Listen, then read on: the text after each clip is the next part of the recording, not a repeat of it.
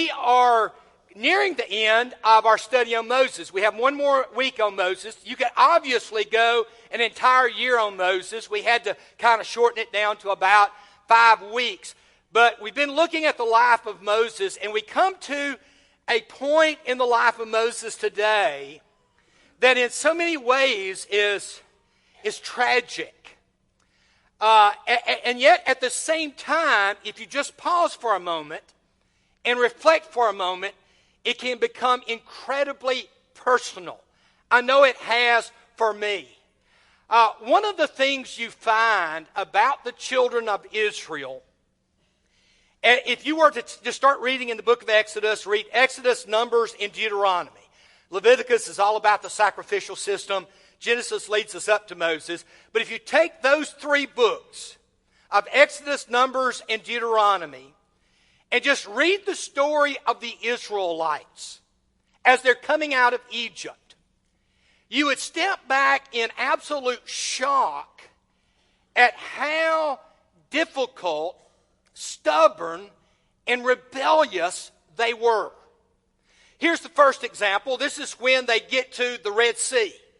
And they get to the Red Sea, and of course God's told Moses to go there. He's going to magnify himself by defeating the armies of Egypt. But when they get there, the people see the Egyptians coming, and they turn to Moses. Was it because there were no graves in Egypt that you brought us to the desert to die? What have you done to us by bringing us out of Egypt? Now I want you to remember that. Was it because there were no graves in Egypt? This is going to become a refrain that they literally repeat to Moses over the next 2 years, over and over and over again. God, of course, steps in. You have the parting of the Red Sea. The Israelites witness this incredible miracle. They've already witnessed the 10 plagues. They've witnessed that last one, the death of the firstborn of all of Egypt, and yet they were saved because of the Passover lamb. They've witnessed God's power beyond anything, I don't know of any generation except maybe the generation of Jesus that saw God's power magnified more. And here they are crossing the Red Sea, and then the Red Sea collapsing on the Egyptian army, only to get out in the desert, and the next thing you know, they're complaining because there's not enough food. Look at what they say. It would have been better if the Lord had killed us in Egypt. It'd been better if we had died there. Why in the world have you brought us out into the desert? There we sat around pots with plenty of meat. Really? I mean, as slaves, they had plenty of meat. We ate all the food that we wanted. I mean, do you really believe that was true? And yet, here's what they're saying. And then, of course, they go to Mount Sinai. And Mount Sinai was the mountain where you had this thunder and lightning and fire. God may magnify some of that here in a few moments with us. But you have all of this presentation of God, of where God even speaks to the people, delivering to them the 10 Commandments. And, of course, their response is, no, Moses, don't let God speak to us again. If he does, we'll die. And so Moses goes up on the mountain to get the 10 Commandments. And you remember what happened? I mean, he's up there for 40 days, and of course, they're beginning to wonder where in the world is he? Has he died up on the mountain? And so they go to Aaron, and they say, you need to make us some gods to go in front of us. And Aaron, of course, makes the golden calves, and the people begin to party, and God says to Moses, you need to go down the mountain. And Moses goes down, and Joshua says, there must be a war. There's the sound of battle, and Moses is like, no, it's the sound of revelry. The people have rebelled again. And of course, you have the tragic story of the Levites having to go and kill so many of the Israelites because of their rebellion. I mean, Israelites killing Israelites, and you're like, what in the world is going on? And then they leave from there, and they go out as they're heading toward Canaan's land. And again, they're hungry. But it's not that they're hungry completely. It's not that they're starving. God is feeding them with manna. But manna's not enough. And so they begin to complain about the variety. Have you ever done that? I mean, growing up, I did. I mean, growing up, we had the same thing almost every night. I mean, we had fried okra, cream corn, green beans, cornbread, fresh tomatoes, black-eyed peas. And some of y'all going, you complained about that? I know it. I mean, you look back and you think, really? Is that what we did? Yes, that's what we did. Look at what they said. Again, the Israelites started wailing and said, if only we had meat to eat. We remember the fish we ate in Egypt at no cost. Only them being slaves to the Egyptians. That was the cost. We also had cucumbers and melons and leeks and onions and garlic. But now we've lost our appetite. All we ever see is this manna. Have you ever thought what Moses must have been thinking at this point? I mean, everywhere he turns, they're murmuring, they're complaining, they're wishing they could go back to Egypt. And you can just imagine Moses going, good night, it can't get any worse than this. Oh, yes, it can. Because as they get near the promised land, next thing you know, Aaron and Miriam comes up to Moses and says, has God only spoken through you? Has he not spoken through us as well? We are just as important to the Israelites as you are. And then, of course, the presence of God shows up, and Aaron and Miriam are like, oh, no. I mean, I don't know about y'all, but my mom, when I was a kid, would oftentimes threaten me and my brothers with these words. Wait till your dad gets home, right? Wait till your dad gets home. Now, for some of you, it's wait till your mom gets home. But anyway, regardless of which one, you knew I'm in trouble. When God shows up, you know you're in trouble. And he shows up, and he says, how dare you? Talking to both Aaron and Miriam, how dare you to think Moses is not my chosen vessel? And he strikes Miriam with leprosy. And Aaron begins to plead with Moses, please, please, please, don't let her die of leprosy. And so that's the situation we're in when the Israelites finally come to the land of Canaan. All right? It is literally rebellion, repentance, rebellion, repentance, rebellion, repentance, all the way up to Moses' own family. And then in Numbers 13 and 14, repeated in Deuteronomy 1, you have the Israelites coming to the edge of the promised land. Through all of this, God's still working in them. God's still using them. God is still planning on blessing them. And they finally get to the promised land. Then as the Lord our God commanded us, we set out from Horeb, went toward the hill country of the Amorites. The hill country of the Amorites are the southernmost part of Canaan's land. Through all the vast and dreadful wilderness that you have seen, and so we reached Kadesh Barnea. Kadesh Barnea is in the southern part. Here's a map of the Middle East. You see Egypt on the left, Sinai Peninsula in the middle, Midian on the right, and then up in the north you see Canaan's land. And if you'll notice right to the right of the word Canaan, you see the Sea of Galilee and the Dead Sea. And just south of Canaan's land is Kadesh Barnea. That's where they are. They come up from Sinai. They're camping there in the edge of the desert in the southernmost part of Canaan.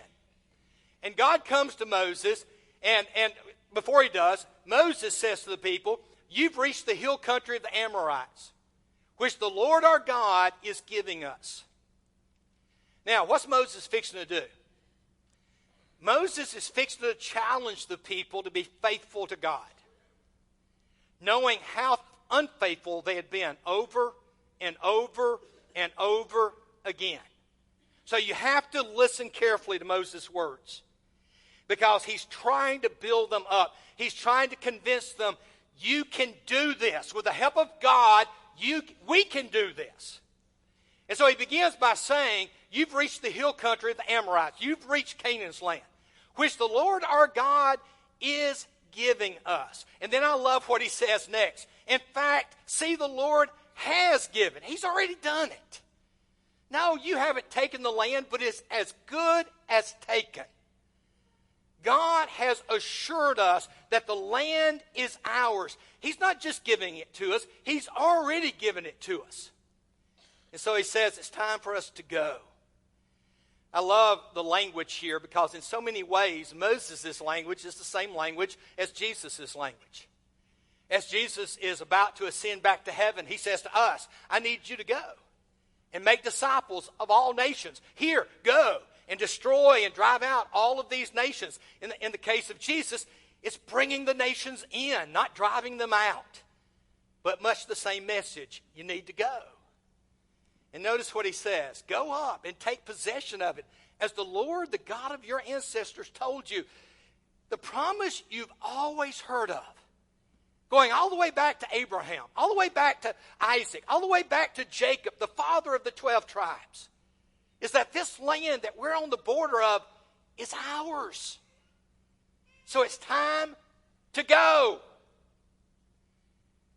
But Moses knows there's two enemies he's got to fight. And there always are. They're always there for all of us. The first thing he says to them, he says, first of all, do not be afraid. Fear is such a paralyzing force. And we all experience it. I mean, how many times have you been there? And the boss walks in and you're like, okay, this is not good. How many times have you answered the phone and the nurse say, can you wait to talk to the doctor? And you go, this is not going to be good. How many times has someone presented you with papers and you're like, what's this? This is from your spouse's lawyer. And you're like, oh no, not that. How many times has the phone rang or you got a text and all you had to do is take a glimpse at it and you're like, oh no, not them. I mean, I don't know how many times I've gotten that phone call to say, Les, I've got some bad news. And I'm just like, no, please tell me it's not true. Fear has a way of taking control of our lives. And Moses knew that. He had watched the Israelites and the fear in their eyes when they saw the Egyptians coming. I mean, he knew what it was like to see the fear. I mean, when God even spoke to them, they were afraid. I mean, and so he says to them, do not be afraid. And then the second enemy, discouragement. And do not be discouraged. You know, discouragement is a gangrene that can set up in any organization. I don't care what it is. I mean, I don't know how many of y'all saw the news this week, but, you know, Red Lobster declared bankruptcy. Red Lobster, largest seafood chain in America.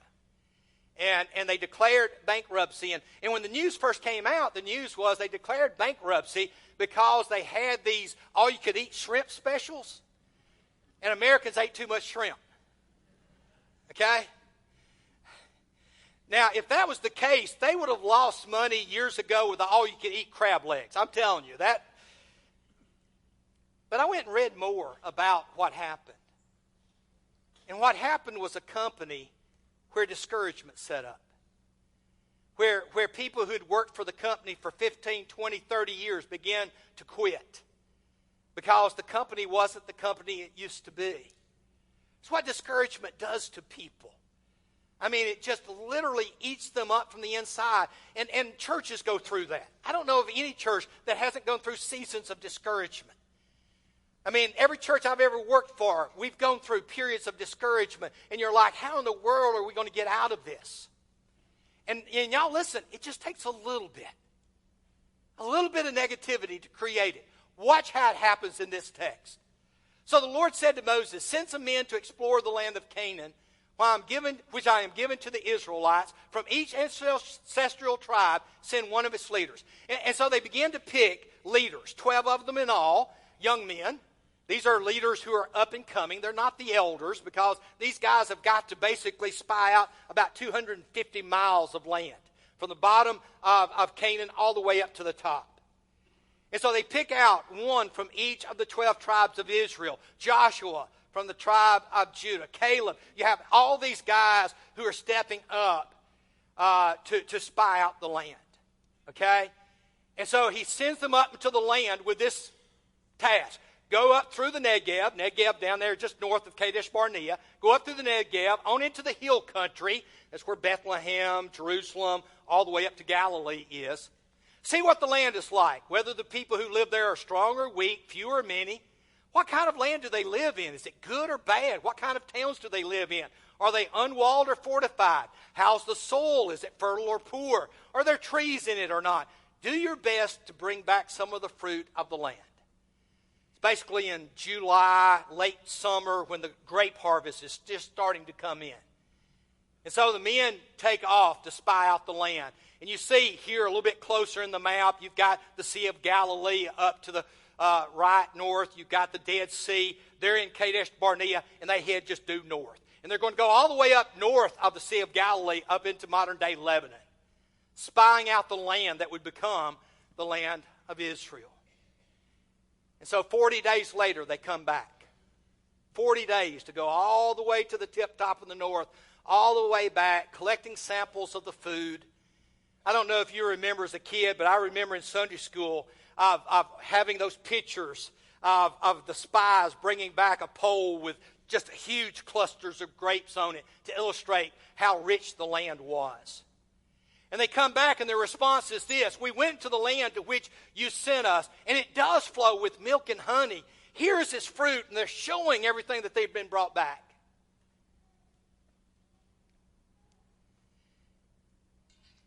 And then it's the next word that you just like, oh no, not that one. I mean, the very next word is but. Translations translate the Hebrew word differently. Some of them put but, some put however, some put yet, except, nevertheless. And it's this last word that I want to play off of, nevertheless, because in their mind, when they came back, even though the land was a land flowing with milk and honey, their response to the possibility of conquering it was never. Out of that word, nevertheless. But we'll never take it. It's not possible. And right off the bat, that spirit of discouragement and that attitude of fear began to permeate the Israelite people. But the people who live there, they're powerful. They're fierce. I mean, these are tough people. And they have fortified and very large cities. And we even saw descendants of Anak there. Anak was, well, you see the character Anak. He's a Nephilim, a descendant of the Nephilim. He's a giant. These very large people live there. And not only do the descendants of Anak live there, but the Amalekites are in the Negev, the Hittites, Jebusites, and Amorites live in the hill country. The Canaanites live near the sea and along the Jordan. They're enemies everywhere, y'all. I mean, they are everywhere. We could never take this land. Caleb stands up, silence the people. He's one of two who don't share the opinion of the other 10. And he stands up and before Moses and the rest and said, we should go up and take possession of the land, for we can certainly do it. Now, you look at that and you go, okay, so what's the difference? What's going on between these 10 over here and Caleb and Joshua on this side? And you're going to see it here in just a second. Because it is a fundamental difference in everything that we do. Once again, the 10 spies fire right back, but we can't. We can't. I was going over the sermon this morning, and I came to this slide, and I couldn't help but think of my mother. My mother passed away about 5.5 years ago. And one of the things my mother would oftentimes say, I'd come in, after school or, come in from college, and I'd say, Mom, how you doing? You had a good day? And she said, oh, I've had a terrible day. And I say, Mom, what's wrong? She said, well, I've got the can't help it. Y'all ever heard that phrase, the can't help it? Man, Glenn, are you the only one? Of course, Glenn's from Hickman County. That'd explain a lot of it. But the can't help it was simply Mom's way of saying, I haven't been able to get anything done today. Every time I start on a project, I just get discouraged and I quit. I can't do it. I can't do it. I can't do it. I can't do it. I've got the can't help it. And the Israelites had the can't help it. We can't do it. No matter what we do, we can't take the lands. We can't attack these people. They're stronger than we are. The land devours even them. All the people we saw there are great size. Don't you love the exaggerations? All the people. By the way, I love this. All the people. As a preacher, you hate those words. I mean, you're sitting there like, Leslie, all the people are complaining. Oh, no. All of them are? I mean, even June? Well, especially June. Okay, all right. Explain that. All the people we saw are great size. We saw the Nephilim there. Nephilim, you go back to Genesis 6, you have these individuals that are born from the sons of God marrying the daughters of men. And there are giants that descend from them. And the descendants of Anak come from the Nephilim. And then look at the last sentence. We seem like grasshoppers in our own eyes. I want you to think about that. What happens when you coach a team?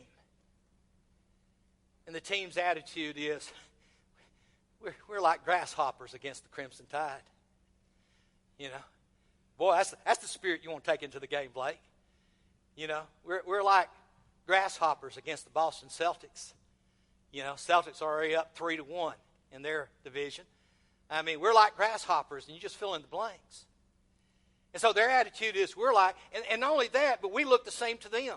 Not only are we grasshoppers, but they look at us as grasshoppers. Really? I mean, they don't even know who the Israelites are.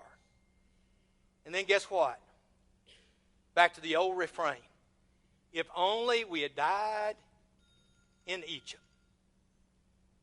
If only we had died in Egypt. Or in this wilderness. Why is the Lord bringing us to this land to let us fall by the sword? Our wives and children will be taken as plunder. Wouldn't it be better for us to go back to Egypt? And with that, they begin to murmur, we should choose a leader and go back to Egypt.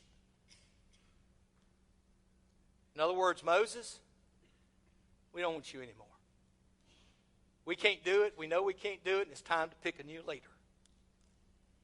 I'm reminded of Samuel.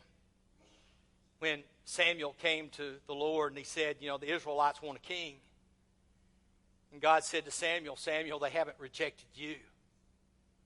They've rejected me. And that's what's happened here. They didn't reject Moses. They've rejected God. They have rebelled against God. Caleb gave one last shot at it.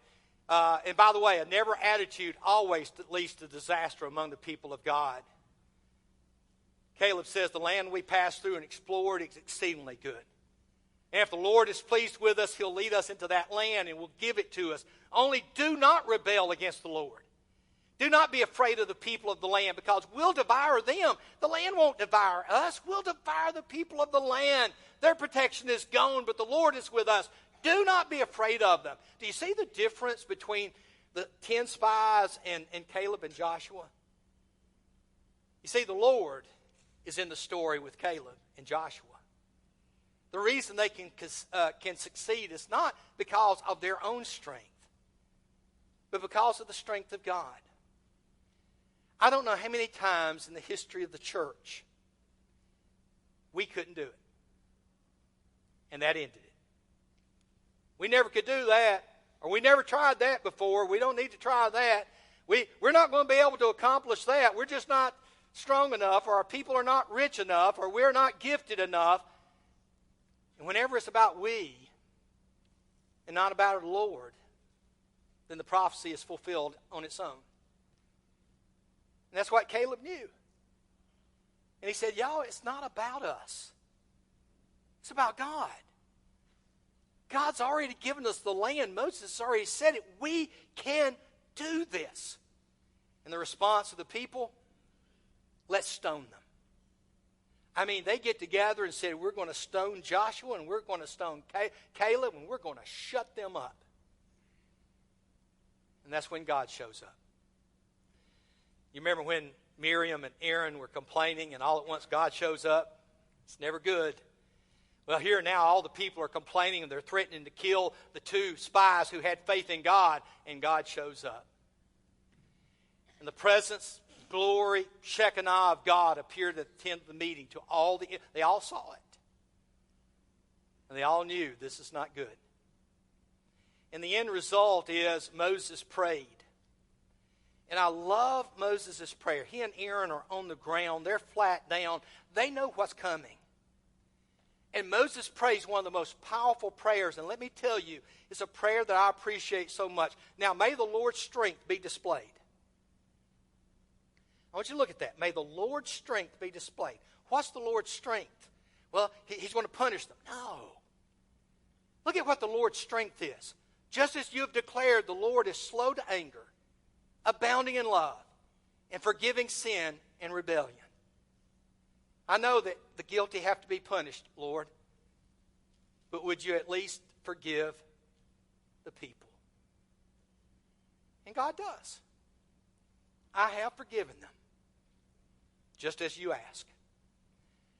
But then God says, but there are consequences.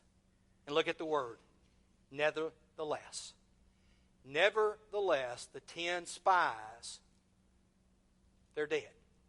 And God killed them right there. Put them to death right there. The 10 who said that we can't do it, and obviously by implication our God can't do it either. God said that's it. But not just the 10 spies, but those who are 20 and older when they came up out of Egypt. God said none of them, none of those who are 20 and older will ever enter the promised land. They'll all die in the wilderness over the next 40 years, which is exactly what happened. Consequences. God forgave their sinfulness. God forgave their rebellion, which gives me hope. I mean, when I think of how many times they slipped and fell and then came back to the Lord and slipped and fell, God kept forgiving them. That's the God that we serve. He keeps on forgiving. And so let me end with simply the two things Moses said. Church, it's time that we not be afraid. And the reason for that is because greater is the one who is in us than the one who is in the world. We serve an awesome God who can do amazingly, abundantly above all that we can ask or imagine. That's why we should never fear. And then number two, we need not be discouraged. I love the words of the Apostle Paul in 1 Corinthians. Be on your guard, stand firm in the faith, be courageous, and be strong. That's to the Corinthian church. A church who had struggles, one right after the other. And Paul says, but you can still make it. And so how do you do it? Here's how you do it. We must never stop looking to Jesus. He's the leader of our faith, and He's the one who makes our faith complete. That's how we make it.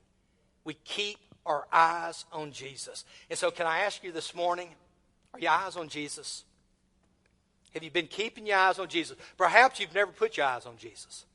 Perhaps you've never seen Him as Lord, seen Him as the Son of God, seen Him as the one who died for you. Maybe it's time to see Him that way and come in faith and be buried with Him in baptism.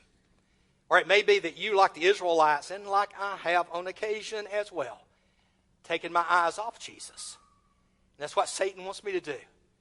Take your eyes off Jesus. Put it on something else and see what happens to us. And yet we serve a God who is willing to forgive sin and even rebellion. That's the God whose strength we rely on. If you need that God's help and we can help you in some way to obtain that, we're glad to help right now as we stand and sing.